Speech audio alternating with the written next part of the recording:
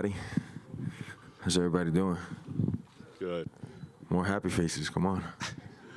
Jorge, obviously 2019 was a pretty fantastic year for you. You got that BMF title. You're one of the biggest stars in the sport right now. Give us an idea. I mean, how much different is life right now at the beginning of 2020 than it was, say, at the beginning of 2019? Very different. Very, very different. I actually got some huge news dropping today, which started like in 18, 19, just solidified it, and now in 2020 we're bringing it to life. We've been working on this for quite some time. So 2020 is going to be huge in all aspects, not just in the cage, outside of the cage as well. You give us a little tease on what that news is going to be? I had a whole presentation, cut boards, all types of things, women handing out some goodness, but the UFC shut it down last minute. You know how the UFC rolls, so I'm a little upset. But I've partnered up with a brand that I really like drinking of mezcal, and I'm launching my own mezcal. It's going to be available to the public. We'll be in Vegas this year, Miami, Florida, California, and Texas. So we're very excited. We've been working on this project for a while. And I wouldn't hold a press conference if I was a brand ambassador. So before you ask, I'm an owner in the company, and 2019 was an amazing year, man. If it wasn't for 2019, I wouldn't have been able to get these minor details hashed out. No doubt. I hear people still talking about your BMF belt. Obviously, you've got it today. There's people out there that want to challenge you for it. I know it's the one of one, and it was supposed to be one night and done, but I got to ask you, do you ever see a scenario where you put that thing on the line against somebody? You guys know I'm a gambling man. So somebody wants this one right here, you got to put something up worth collateral, something that it makes me go, yeah, that makes it worth me putting this up. I'm not just going to put this up for somebody to win and me to not win nothing after I baptize them. You got to give me something if I end your ass, you know? I mean, could like financial or I don't know. It could be financial. It could be many of things, you know. Maybe certain individuals don't ever get to speak or do an interview if I whoop their ass the right way, you know, type shit like that. I work for the community, so I know for a lot of us, certain people shouldn't be talking no more. I like it. Well, listen, I'm sure you know that after you today, we'll be speaking with Kamaru Usman. Who? UFC welterweight champion. Listen, I spoke to Dana yesterday, and he said he thinks that's the fight right now to make it 170 pounds, is you two guys for the belt. What do you think about that? Do you feel like that's the right next move for you at this time? I won't say it's not the right move. Usman's a fight. Conor's obviously flirted with the idea of fighting me, and if me and Conor go in the octagon, what happens? It's one of the biggest fights in history. You know, just by math, proving what Conor's been doing. The last couple of fights that I've had, the engagement, the pay-per-views, I broke records with ESPN. So obviously, it's a formula for success. You know, somebody will always have the belt at 170 pounds. So it doesn't really matter if it's Kamaru or not. Conor's a bigger fight. Now, if Conor doesn't do his job or Conor doesn't want to fight after his fight, then we're going to take Usman's head off. So in an ideal world, if Conor wins on Saturday night, you'd prefer that fight over Usman for the belt? Yes, for a fact. We'd smash up Conor and then go embarrass his actor of Usman. And last thing for me, ideally, whether it's that fight or not, when would you like to fight again? When will we see you next? Ideally, could be April, could be June, and then after that, we'll get the ball rolling hard and fast. It's just to make sure my hands are extra 100% good. I wouldn't want to fight no earlier than April. Yes, Jorge, down here. When I asked you in New York about McGregor, you seemed a little bit more apprehensive, like you were a bit unsure, but now that's definitely a fight you want. Why? Why is that? What's changed? It's not that it changes. We didn't think he wanted to scrap in New York. I don't know what his plans are at the end of the day. Obviously, I want paychecks. I've been fighting 16 years, going to be 17 now this year.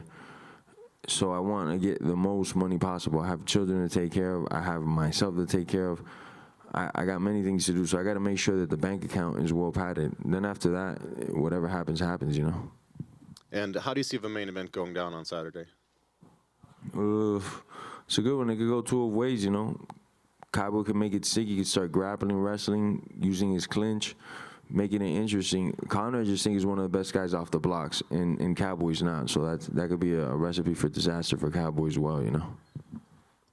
And, you know, Usman was mentioned before. What did you make of the title fight between him and Colby Covington? Pillow hands, both of them. I mean, I know a lot of you, the end result is this guy got his jaw broken, but he got his jaw broken because he's made out of glass. You know, Usman doesn't hit, and that's indicated in his record. I think he has 2 stoppages. That was his second one, and I give him props that on the biggest night of his life, he pulled off his second KO, and that's awesome. But if you're asking me from a technical standpoint, we're not in the same playing field when it comes to stand-up, and he knows it. That man could never look me in the eyes and said, I would stand with you. He's going to immediately magnetize on my crotch and do what he does, you know, avoid the fight at all costs, but we're ready for that. And then last one from me.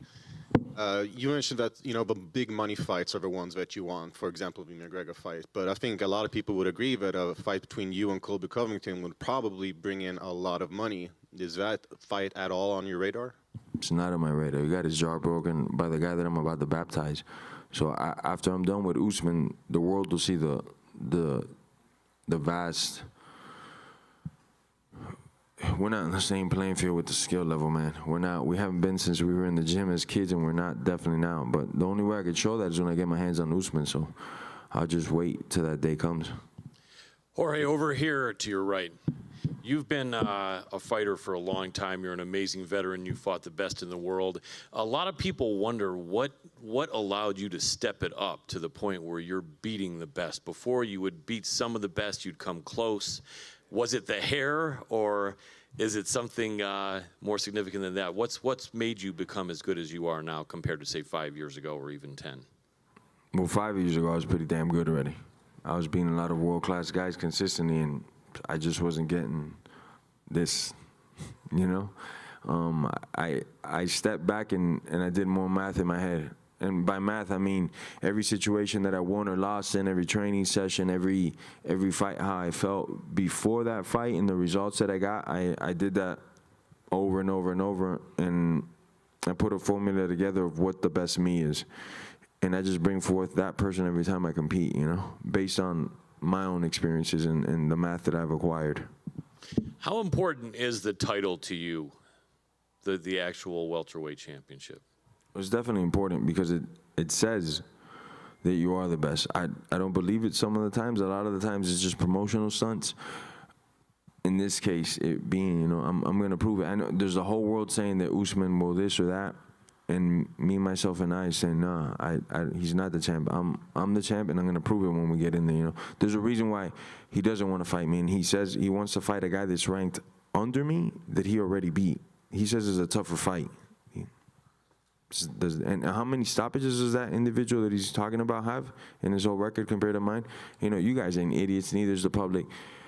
Usman can try to sell whatever he wants to the public, but people ain't stupid, man. You're a fucking idiot if anybody's going to believe this shit you're saying. You already beat that guy, and he's ranked under me. How is he a tougher fight than me? Explain, what do you consider a tougher fight? Me breaking your face or you possibly beating him? That's what I guess he's thinking, man, is he knows his time is up. And another thing I'll say while all the press is here, Usman's coaches that were in his corner for his last fight, sparring partners, all that stuff, is my graduating class from American Top Team. I think a lot of you might have known the Black Zillions. They're no longer with us, but they were a part of ATT. They used to be with us. So a lot of those coaches that he has in his corner right now are the same dudes that are telling him, don't fight that guy, bro. He's going to fuck you up, man. We know who that guy is. You know who you are. Fake the injury when the time comes, because this one's not going your way. And that's really the main reason why he doesn't like to address me, because he knows, man, this shit is for real. Do you think Usman is the second best welterweight out there to you? I think my boy Woodley concentrated, not cutting rap albums, murders his ass. And I'm not even joking, man. I know a well-prepared Woodley is a fucking animal, man. Gotcha. Any idea how much longer you'll be in this game? 3 years, my brother. 3 years, counting this one as one of them. So 2023 is it for Gamebred. Fantastic. Thank you. Jorge, over here. Other side. Right here. In New York, you said you want to get your hands checked out after your fight. Is there any update on how that went? They got checked out. I won't be giving no updates to the media. They're checked out. I'll be ready to compete by April. And then I'm curious what you made of, a lot of people bring up your name to Conor, and he said the only reservation he would have is he felt there was unfinished business with Nate. He thought you got, the fans missed out on a classic fight. So I'm wondering what your take is on those comments. Man, Conor's a very violent person. If by classic it means me just whooping someone's ass to the referee that makes a living off this, says this guy can't continue no more. Look at his face, you know. I'm in for it though. I won't wait for a rematch or a fight with anybody in particular. Once me and my management decided we're going forth, we're going forth. We're not waiting for so-and-so to get cleared by USADA or somebody to have facial surgery. It's whenever I get cleared, whoever's there that's available for me to fight and get the most money possible, that's whose head's coming off. Easy. Morning, Jorge, over here. After the BMF belt, there was some buzz over Nick Diaz. Yeah, I'm over here, sorry. What's up? There was some buzz over Nick Diaz. Some people have question marks over if he's good to fight. He's been gone a long time. You guys almost fought a couple of years back as well.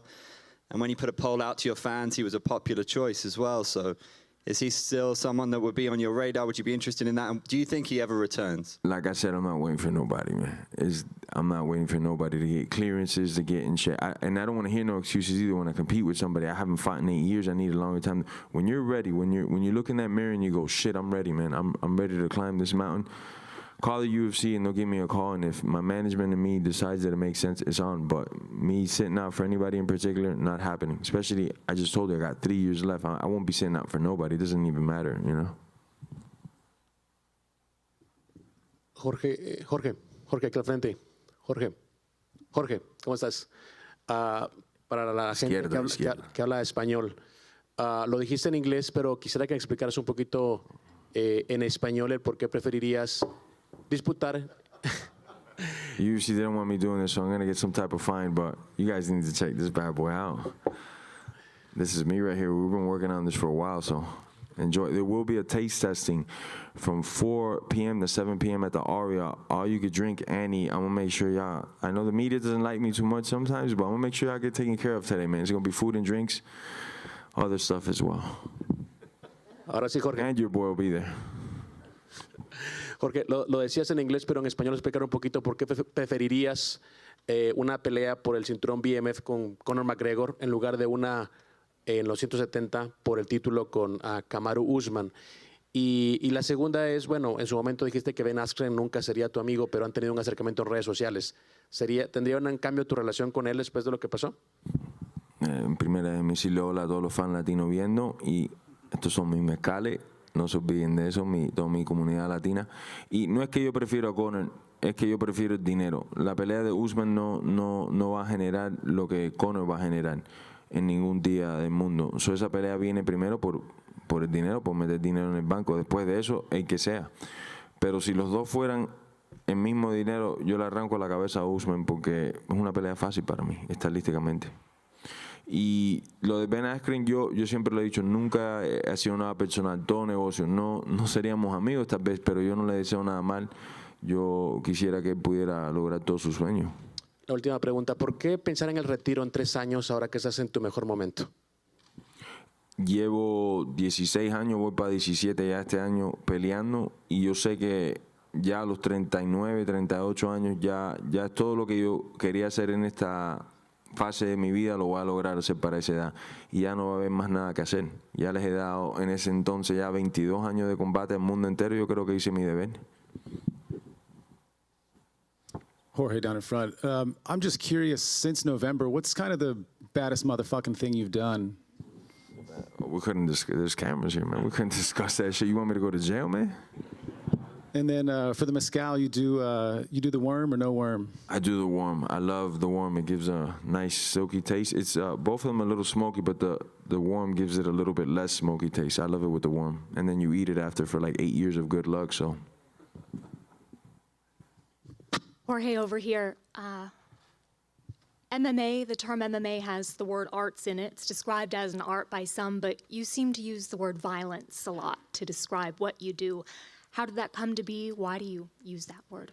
I would say it's like beautiful violence, violent art, something like that. Because it's definitely art. I got to think of a move that will work well to land against you, and then I got to display it on your face for the whole world. So I'm definitely an artist. We're all artists in there, just we come from a very violent place, I would say.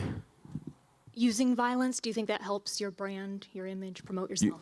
Using violence in the cage, I'm not saying for regular people to be violent and stuff, but in my world, the most violent I am is the only thing that separates me from the next person, because maybe you are, but most people here is only paying for violence. they're not paying for this talking stuff. They're not paying for me to post pictures of what I'm eating or how strict of a lifestyle I lead. They're paying for one thing. On that Saturday night when they want to just let their mind go and just be entertained and have fun, they're paying for violence and nothing else. And if you think otherwise, I guess we're looking at it different. But the more violent I am, the more people love it. And if you don't believe me, go look at that Ben Askren fight. It's a little long, so you're going to have patience, but you could tell in there, people just love violence, man. They just want to see that. They want to see people get hurt. I'll oblige them. I'll do it. And lastly, the salsa dancing that you did as a child, how did that impact you in the octagon? How has that, do you think it's improved your skill set? I wouldn't know what it's like not to have those, I guess, skill sets, because it's just like it's a cultural thing, you know. We're at a party since a young age, and you learn how to dance, and then your parents are dissing you, like, oh, you don't got those moves, you come back like 3-4 years from now. So I just grew up doing salsa or bachata or something, so that just I ended up in that tournament. Wasn't that many competitors, I'm not gonna take that much pride in it, you know. But I won, and it was fun, man. I love to do it. It definitely helps in fighting, because fighting is rhythm, it's patterns, it's setups, it's putting traps, and dancing is all rhythm, so it definitely helps you out tremendously. Boy, right in the middle. What do you make of Conor at 170? Do you think he's kind of out of his weight class fighting at 170? He has some gifts, I think. His power won't be out. If he touches anybody at 170 with a good, clean shot, they'll feel it. You know, they won't be like walking through him. Strength-wise, he might be oversized, you know. He could be. I haven't seen yet if it's really developed into his body at 170. And we're not going to see that with Cowboy, because Cowboy's not a physical guy at 170, taking guys down and grinding them out. But I think we'll still be able to see his speed and power. Definitely what he'll bring is that speed from 145, you know. The same way that at 70, I feel like I'm the fastest guy, but I also come from 155. So I've seen some of the faster guys on the planet. I've never seen a 70 guy that was just out of control fast, you know.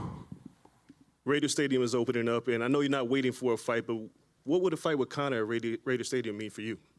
Oh, it'd be huge, man. How much? 60,000 people, I think it's or something like that. It'd be huge just to break the box office there and pop that cherry would be huge, you know. I mean, I'm not waiting for nobody, but if contracts are signed and the right money's in front of me, yes, I'll wait for an event like that.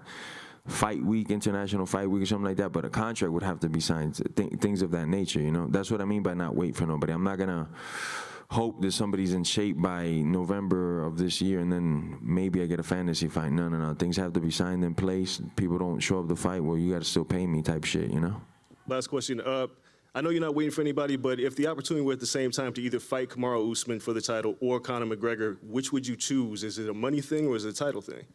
Okay, like I've said, it's a money thing, right, at first. But if I'm getting paid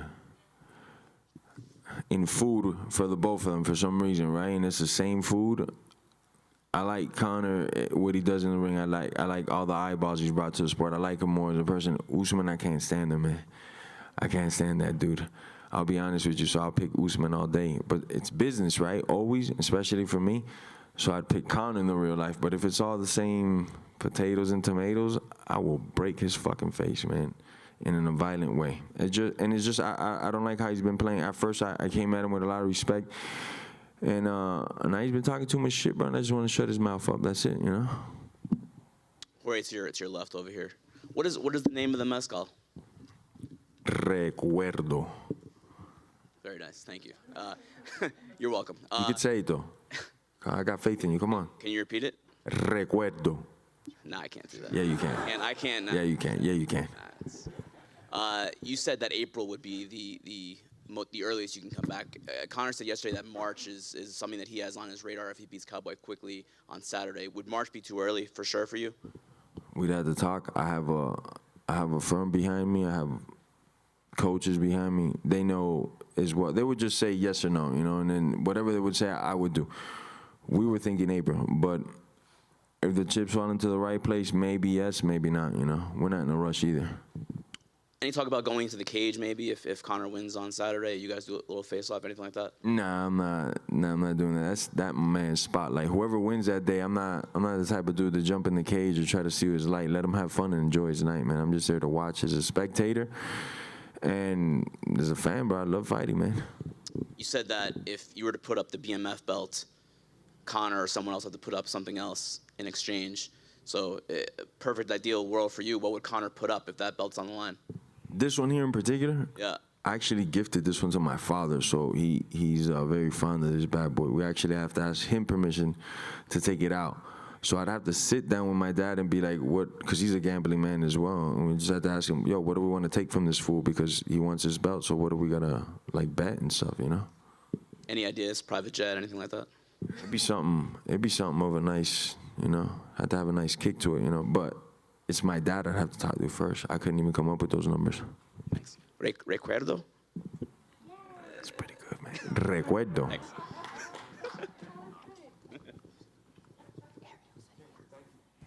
Thank you guys for coming out.